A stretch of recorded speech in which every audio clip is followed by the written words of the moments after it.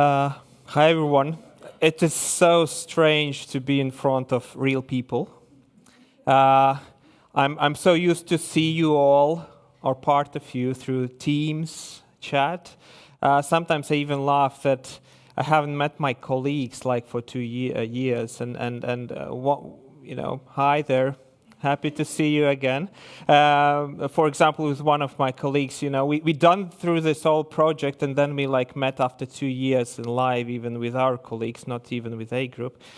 So yes, that's why I want to first of all say thank you to A group for making this event, not only to meet you, but also to have this moment of presence and have this moment of bit of celebration that we can do it. We can overcome a lot of challenges, and we can move forward with whatever it comes to us. So thank you to all of you being here. So yes, as Alexander said, this is kind of a marriage. So this will be a story of marriage. And here I understand that you have multiple marriages, and we accept it. Because we also gain from it. You have this experience with other marriages, and then you bring it also to us. So yes, this is a story, a bit of a love story. Before I start, I need to show some slides, because you have seen Luminor, but sometimes you don't know what is Luminor, and some figures and so on. So first of all, very serious figures now, yeah. But I don't want to go through all these billions and percentages and ratios and so on. I think the main thing here is 2,260 and plus employees. Pan-Baltic, three countries, 3 legal environments. And not only, we have even also a large amount of so-called non-employees. Those contractors or employees of our third parties, which also we need to regulate and we need to have information. Another important aspect here is EBA or ECB, European Central Bank regulator, regulating us. So we as a bank has multiple regulations that is on the force that force us to make a very hard decisions sometimes, especially about also requirements towards our system. So thanks, A group, you survived it. Sometimes I even thought can anyone at all give any support for financial industry because of their multiple requirements. Another, of course, is that Luminor has gone through a massive transformation. It's not only about bank. It's not a story about 2 banks. It's actually a story about 6 banks. 6 banks, so 3 countries, 2 banks in each of a country, joining forces. There are 6 different internet banks which we needed to make as one. Our digital landscape was so much in transformation during the last years. So why I'm telling about this in regards to HR? So HR is no different. We also gone through the transformation in HR area. We had to move to one system as Luminor was developed 4 years ago. So in that moment, the most rational was to go into SAP solution, which was already a legacy system from Nordea. There are a few other systems also, especially for payroll colleagues. Hi, payroll colleagues. Happy to see you. And of course, this is also a topic that we had to decide. So what do we do now? Where are we going? So we decided that it's enough with those marriages what we had. We had the marriage with SAP, we had the marriage with Navision system and so on. So we wanted to move forward. Of course, we have our requirements. So we want, the perfect match. Whatever you think about it. So, of course, our aim was for new HRS system to have it like 3 things in one. We defined it quite fast, because it's clear that in this kind of a very fast-paced environment, we need to focus. Because HRS is actually so much about details, regulations, details. So we had to focus somewhere. So we understood that we need to have a correct people data. Absolutely must, within this GDPR environment, when everyone needs to know what kind of data you have, until what date, and so on. So we need that information correct on time. Then we need to have correct timetables. Yeah, we're a bank. We basically have, majority of people have full FTEs. So why this is so important? But 3 legal entities, 3 different legal environments, leave types, so many. So we need to handle it quite well. Very important aspect, salary calculation. So this is a main aspect for employment agreement, as we know. Employee does the job, we pay salaries. Salaries kind of should be correct, we guess. And we all those stories when employees are calling like, hey, my calculations and calculator, differs, for a few cents. What the heck? So that is kind of important aspect. It's not only to have a beautiful HR systems. We know them outside. Beautiful pictures, beautiful chat options, and so on.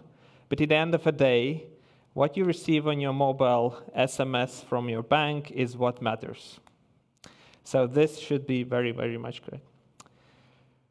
Going through the process, we understood that we as a bank also have another challenge because we need actually to have those salaries be paid on a bank account. So it's not enough actually to have them calculated. They need to be paid. So that also should be in a very much simple way. And we as a bank also have our internal processes that we need to fulfill in order to do that automatically. And yes, and that's all in the context of 3 Baltic countries, multiple regulations, internal regulations, and so on. So you have seen this picture, but I've used it just to tell my story.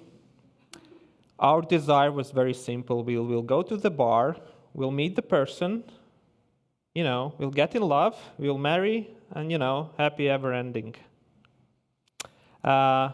And that's the same for this kind of story. We'll do the procurement. We have our best vendor. We do the very simple and very correct agreement. We'll do configurations because we thought we will take it off the shelf. So basically ready solution.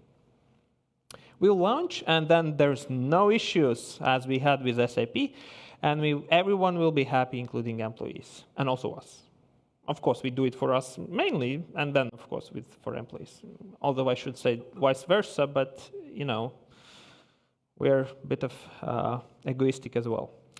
Of course, the story, as you know that story, and I think you have went through it, but I just wanted to say shortly our story. So we started procurement before COVID. Imagine that was the time before COVID. So we thought that we will launch the procurement. We will have some demos, on-site demos. So we'll meet the vendors. We will go on-site reference meetings with other clients and so on, so on. And then, of course, like March, and everything is different. We did our procurement. To be honest, we didn't thought that A Group will be on the top list. We had a few other companies on the top list. But I think one of the key aspects why A Group got on the top list was two things. One, Baltic appearance and knowing on the Baltic markets and these kind of legal environments, which is basically a must-have. Another thing is ability to configure in a way that we need in this complex environment. And as you know, there is a, Facebook-alike of HR systems, which we, love to see in multiple blogs and read about them, but I believe that functionality is still a core. So everything goes smoothly. We even did it, through Teams. So we had to trust potential vendors through the meeting through Teams in the environment when we previously have only met, and actually that is something new for us. The next is, of course, We started our procurement with only HR part because payroll wanted to do a different procurement in a different environment. And that was the moment when we understood like, hey, that was also a proposal for A Group, we actually can do payroll. And why not to investigate this area? This a bit extended our timeline. This also added some complexity within internal approvals. Because it's not like that, we choose this company and like, yeah, let's do it. There are some investigation, IT security, all the configurations, IT landscape, business analysis landscape, and so on. So you name it, all of that stuff.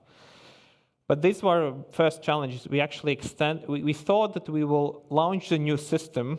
Yes, I'm so naive. To launch it in 2020, October, November. On that date, we didn't even have internal approval yet. So it takes time, it takes energy, and takes effort. Agreement, another, it was better, but still. Thanks to all of our regulations, and thanks also to energy of Ernest, we did agreement. It took time, it took energy, but I think we end up quite just on time before the 2021 to start the configuration process. Then this was totally unknown thing. Those who know what is FDS can understand. Those who don't know, this is functional design specifications, something like that. I didn't thought I have to imagine the system from Word document. But this is something that I do understand it's necessary because it is a core document which describes how we do things. This wasn't new for me. I don't know if Facebook has of their functional design this specification. Probably they have. I think they have. But for us, it was actually a huge challenge because we had to imagine, we had to describe and, go into this document. And this is massive document. I don't know, we end up 680 something pages. And of course, you still work digitally. So you open it up and multiple people are in this document. So it takes some time when it opens and then you start to change things and it doesn't do the thing and and you get mad and then you have to call in and already explain. And so it was kind of in one moment I thought like how long it will still take. I don't think we have a final version yet. To be honest, I think we still have 0.99 version, but we consider it as a final. So this was a long story, and still, and as life actually shows us, life is so rapidly changing that when we started, then even after half a year, we have already different views, different regulations, or different even requirements from management board. And this also we need to be very flexible. Testing. I didn't thought testing is so important. I'm used to, download Excel and start using Excel, what to test. Okay, of course, this is a bit differently. It is a lot of differently. And here all best huge thanks to our payroll colleagues in all 3 Baltic countries. You did amazing job. I mean it. Like HR stuff is peanuts. But in order to test payroll, HR's data should be correct. But to test that all the calculations is accordingly is, all respect to our payroll colleagues in this. As well as I didn't thought that testing should be that kind of managed and also documented so that we actually know that we have tested and we can validate that this actually works. And then, this final final stage before a launch, and then when everything goes wrong, as you may guess, last testing, still something doesn't work. We have still untested things. We have to do the communication, data migration. Will we do parallel run with SAP or not? And these kind of things, and just pops on a table. And then we have like internal things. Then we have management board decision about vacation days change, basically on the last week before the launch, and it's like what to do with that, and multiple things. And here I can just say, on regards to this whole process, we couldn't survive it without proper project management. And I would like to use this opportunity to say thanks to Ksenia. Because Ksenia was hired as external project manager for Luminor doing the HRB, and guess why she showed her experience to A Group as a potential also helping hand to A Group. So, but without this proper project manager, you couldn't do this, because it is a very huge scale in regards of this magnitude what Luminor had. But this is not only thing. Life goes on, and this is the same roller coaster. Hypercare is one thing. Next development's another thing. Changes in legislations and our thoughts about changes in benefits and so on. We'll still go through it, and that's okay. We acknowledge it. We have our lessons learned. A Group is very capable to do it. We just wish all the strengths and capabilities to be there and always help customers to overcome.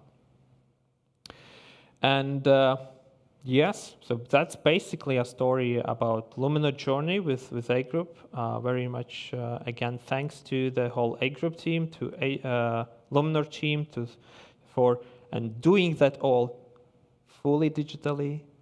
And yes, this is the first time we meet A Group colleagues face to face. Thanks. Any questions?